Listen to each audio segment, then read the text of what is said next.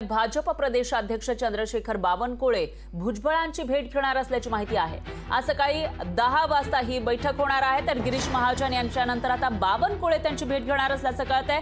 भुजबळ फार्मवर दोघांमध्ये बैठक होणार असल्याची माहिती समोर येते। त्यामुळे आता भुजबळांच्या गोटात हालचालींना वेग आल्याचं दिसतंय। काही दिवसांपूर्वी भुजबळांना नाशिकमधून उमेदवारी निश्चित मानलं जात होतं। स्वतः भुजबळांनी सुद्धा तसं सांगितलेलं होतं, पण त्यांनी माघार घेतली आणि भुजबळांनी माघार घेतल्यानं एक प्रकारे अडचण झाल्याचं अजित पवार यांनीही सांगितलेलं आहे। आणि त्यामध्येच आता भाजपचे जे मोठे नेते मानले जातात, संकटमोचक मानले जातात, ते सर्व नेते भुजबळांची भेट घेताना दिसतात। त्यामुळे नाशिकच्या जागेविषयी तर यामध्ये चर्चा होत नाहीये ना, असा सवाल या ठिकाणी उपस्थित होतोय।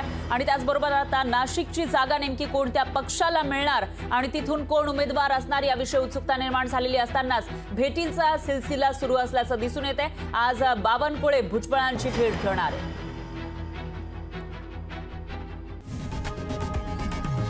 लोकशाही मराठी ऐका, पहा, जागरूक रहा।